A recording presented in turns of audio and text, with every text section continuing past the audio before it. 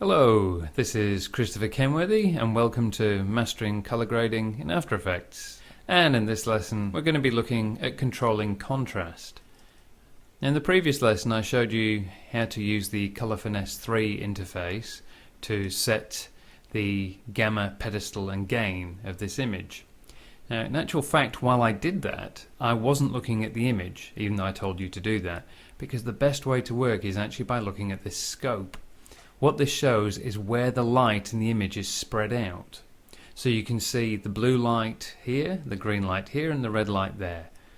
This 0 line represents the blacks or shadows of the image, and this 100 line represents the whites.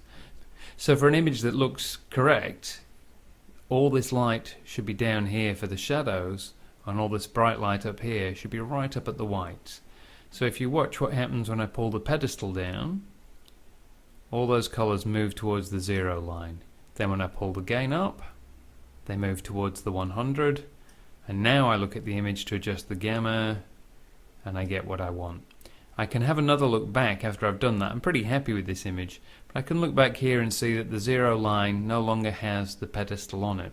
There's always a trade-off in color correction. When you increase one thing, something else decreases. So as I pushed the gain up, the pedestal went with it. So I can pull the pedestal back down and we've got those shadows back there. Having done that, I might need to push the gain back up a bit again. So whenever you see this nice wide spread between the 0 and the 100, that means that you've got an image with good contrast, which is what we can see over here. Now if you try to do that just by looking at it, it can sometimes work, but you might make mistakes. For instance, you might push the gain up so high that these areas become blown out, they lose their detail. You can see by looking at the 100 line that these areas are clipping, they're banging against that 100 line and all their detail is lost. So if you pull the gain down until nothing's actually touching that 100, we know that we're safe. Now for a shot like this, you could probably correct it visually, but I found it quicker to use the scopes. But let me show you an example where it's really essential to use the scopes.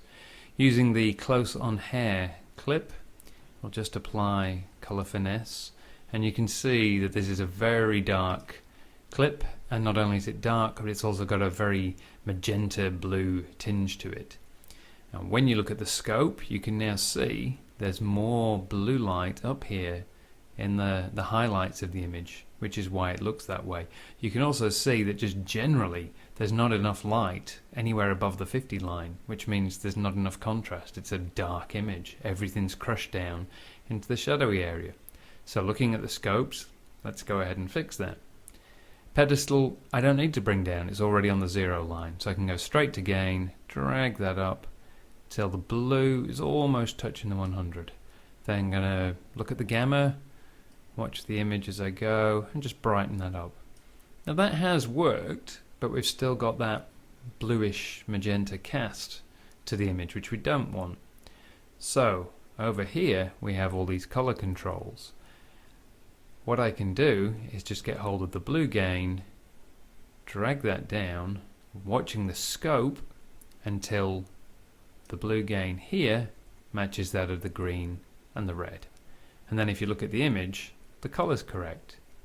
However, the gain's all down around about 80 now, so I'm going to go back to the master gain, pull that up, and there we go. Very quickly we've corrected that image in terms of color and light. If I tried to do that just by looking at the image, I could have been making a lot of guesses. By using the scopes, we got all the colors nicely spread out in just a few seconds.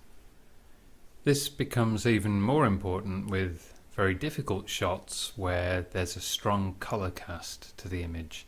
So if you look at this image here, the paper should be white, but in fact is yellow, probably because it was shot under tungsten light and the camera hadn't been properly balanced. It's a very common mistake, even though it shouldn't be. Now, the way that I've shown you to approach this normally is to come in here and play with the pedestal, gamma and gain, but as you can see there's not much point in doing that because the blue light's already hitting the 0 pedestal line and the red light is almost at the 100 gain line, so playing with those things wouldn't make much difference. The contrast is almost right. what we need to do is change the amount of red, green and blue in the image. So the best way to do this is to take them one at a time. Make sure that you've clicked on RGB and master, and then in here go to the red pedestal, just as you would if you were doing the master pedestal, and drag that down until the red light almost hits the 0. Then take the red gain all the way to the top, and possibly bring the red gamma down just a little, so we've got a more spread out pattern in that red light there. Now all we do is try and match the green and the blue to the red. So green pedestal comes down, only needs to go down a little. Green gain goes all the way to the top, and green gamma, we can perhaps crush that up a little. Having done that, you'll notice that the green pedestal has lifted off the 0 line there, so I'm just going to pull that down a fraction. Now if we were doing this by eye and looking at the image, we'd be lost by now, which shows why it's very important to use the scopes. So finally I'm going to go to the blue settings, and the pedestal's fine where it is. I'm going to drag the gain all the way to the top, and then the gamma, just push that up a little to match. And if you look at the image, we've got something that's just about white. I'm going to click split source so we can see the difference in the before and after. As a starting point with color correction and color grading, you want your whites to appear white and your blacks to appear black. That isn't the case for every single shot, but as a general rule, it's what you want to do. So this is a really good way to start out, and once you've set that, you can begin working on crafting and creating the color and contrast you want overall. In the next lesson, we're going to look at matching shots across a sequence, which is a skill that you'll use throughout the rest of the course.